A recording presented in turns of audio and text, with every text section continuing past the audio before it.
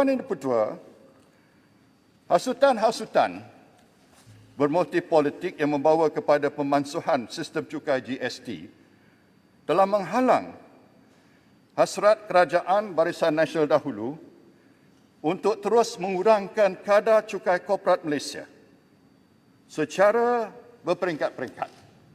Tuan Speaker, saya gunakan peraturan Dewan. Sehingga 17%. Hitung. Apa dia? Peraturan 36/12.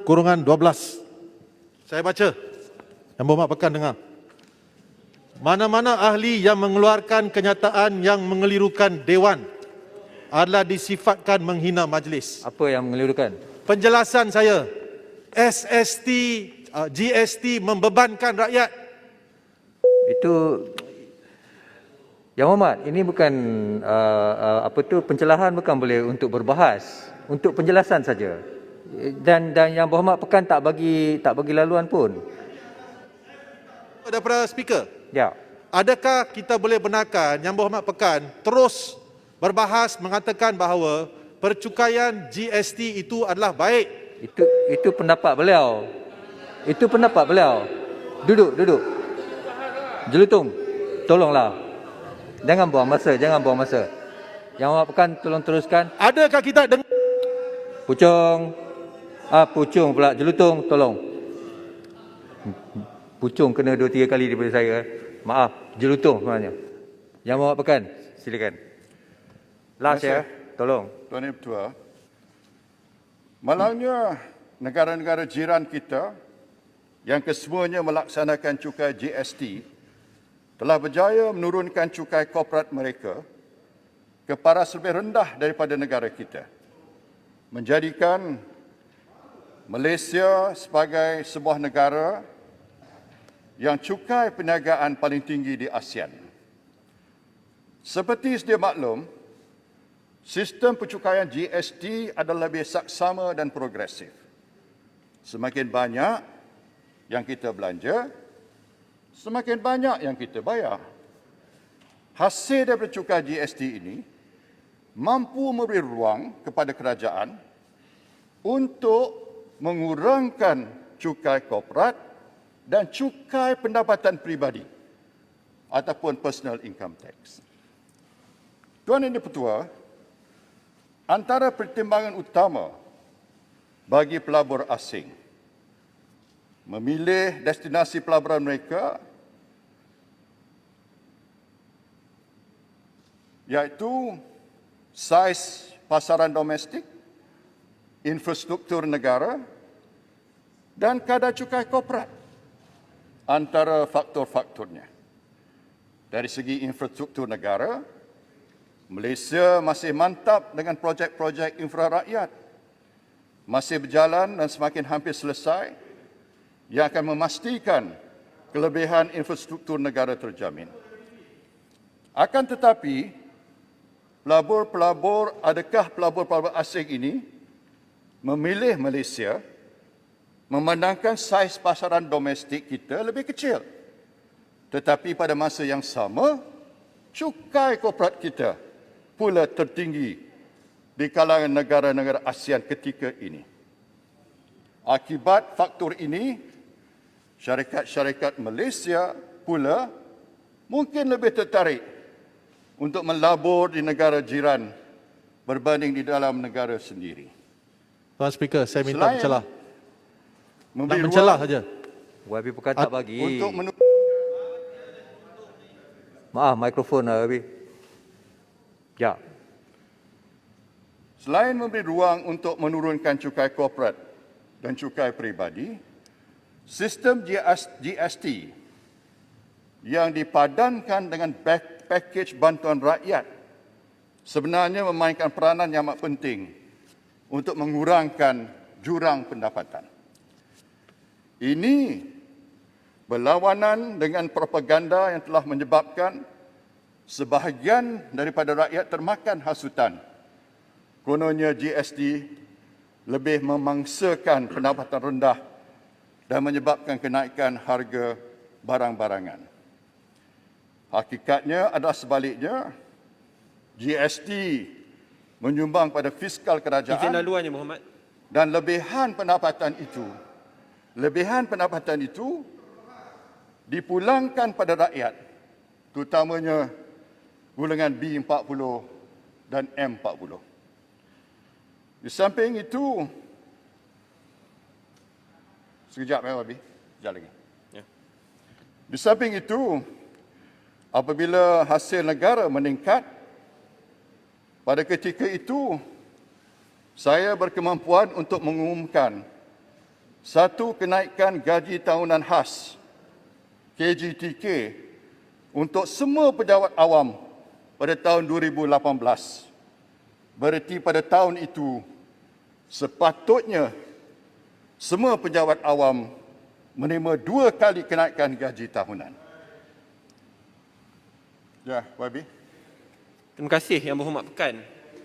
Saya faham dan ikuti perbahasan Yang Berhormat Pekan dengan sangat rapat. Isunya bukan berkaitan GST semata-mata, tetapi apabila GST diperkenalkan, ada 3 masalah yang amat besar. Pertama sekali, apabila duit rakyat dicukai, duit itu dibelanjakan tetapi dengan ketirisan yang agak luar biasa. Sebab itu kita lihat indeks persepsi rasuah negara menjunam ke tahap yang paling teruk dalam sejarah negara. Dan sebab itu rakyat marah jikalau duit itu dikembalikan semula ke poketnya, saya agak yakin ia boleh diterima. Kedua, berkenaan rebate GST, di mana rebate yang sepatutnya diberikan semula khususnya kepada SME, peniaga-peniaga kecil agak lewat. Dan kerana apabila rebate itu lewat, kadar inflasi negara dan kos harga barang turut meningkat juga. Dan yang terakhir, Yang Berhormat, ia bukan sekadar GST semata-mata, tetapi bila kadar pengangguran, khususnya pengangguran belia, dalam tahap yang tertinggi 13.4%. Dalam negara kadar inflasi peningkatan yang tertinggi dalam tempoh masa 2 tahun, rakyat akhirnya susah. Saya berharap perkara ini dapat dipertimbangkan khususnya sebelum pengenalan apa-apa cukai yang baru yang boleh dilaksanakan oleh kerajaan pada hari ini. Terima kasih Yang Berhormat. Yang Berhormat Pekan, saya Pontian ingin Jelutong minta laluan Yang Berhormat Pekan. Boleh bagi tak? Jelutong tak apalah. Ni Pontian. Pontian dulu ya. Jelutong boleh mencelah ketika saya berucap kemudian ya. Hari Khamis. GST ini dilaksana oleh 170 daripada 194 negara atau 85% daripada kerajaan dalam dunia ini. Bagaimana negara-negara 170 daripada 194 itu memilih sistem percukaian yang jika yang tidak baik, tentulah mereka memilih sistem percukaian yang terbaik termasuk dalam negara jiran kita sekitar ini. Bila disebut tentang inflasi, ketika GST dilaksanakan, kadar inflasi sebenarnya turun. Ya. Itu adalah fakta yang boleh kita lihat kembali. Dan kutipan GST itu 44 bilion dibanding dengan SST cuma 21 bilion, berarti ada tambahan 23 bilion. Dan apabila dihapuskan GST pada tahun 2018, diganti dengan 6 cukai baru dan 3 kenaikan cukai yang juga membebankan rakyat. Apa pandangan Yang Berhormat Pekan? Pekan Kangal nak minta boleh. Yang Berhormat Pekan. Kangal sokong GST. Saya tanya tentang 1MDB boleh tak? Saya nak teruskan. Yang Berhormat Pejung. Jelutong. Kangal sokong GST. Pekan. Saya tak bagi Jelutong ya, Wabi Jelutong, Kanga. Saya nak teruskan. Kalau 1MDB tidak ada, boleh kita beri gaji kepada Jelutong. Saya ambil kira pandangan YB Muar dan Pontian. Saya setuju dengan pandangan YB Jelutong tak boleh? Pontian. Saya tanya soalan, tak boleh? Yang Muar ada, saya nak beritahu bahawa dari segi yang disebut ketirisan itu, sebenarnya GST menyebabkan pengucupan apa yang dikatakan the black economy daripada 25% kepada 10%. Jadi ketirisan itu sebenarnya lebih teruk sebelum GST. Dan sebab itulah GST memberi manfaat pada negara dan kepada rakyat. Setelah 3 tahun dimansuhkan, persepsi sebahagian rakyat bahawa GST merupakan punca utama kenaikan harga barang terbukti tidak benar dan meleset sama sekali apabila harga barangan asas naik ketara setelah SST diperkenal semula menggantikan GST. Kita tahu mutakhir ini harga daging naik, harga ayam naik, harga besi keluli naik, harga simen naik, lebih ketara lagi daripada zaman GST. Tuan Yang Dipertua, perlu disedari GST adalah cukai penggunaan atau consumption tax. Lagi tinggi pembelanjaan seorang, lagi tinggi jumlah bayaran GST. Golongan kaya dan berkemampuan akan berbelanja lebih, akan membayar lebih GST.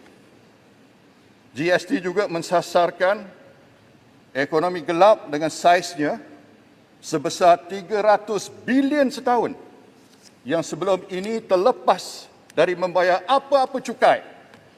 Dengan GST, saiz ekonomi gelap dapat dikucupkan, yakni dianggarkan dari 25% KDNK kepada 10%. Inilah ketirisan yang paling teruk sekali untuk makluman Yang Berhormat Muar. Dengan itu, kutipan-kutipan hasil GST ini mampu diagihkan pada golongan B40 dan M40 dalam bentuk bantuan tunai rakyat yang jauh lebih besar berbanding dengan nilai GST yang dibayar mereka. Sebab itu kita perlu melaksanakan semula sistem GST secepat mungkin apabila negara pulih dari COVID. Sekiranya ingin mencapai matlamat mengurangkan jurang pendapatan, matlamat menarik pelaburan dan mengukuhkan kekuatan fiskal kerajaan. Tuan Yang Dipertua, pada pendapat saya, selain usaha membina semula hubungan antarabangsa dengan ekonomi-ekonomi besar yang telah terkesan selepas PRU 14, Malaysia perlu menarik semula perhatian dan minat dunia. Dengan izin, Tuan Yang Dipertua, Malaysia needs to excite the world again. Tuan Yang Dipertua, visi misi dan projek seperti HSR atau High Speed Rail yang bakal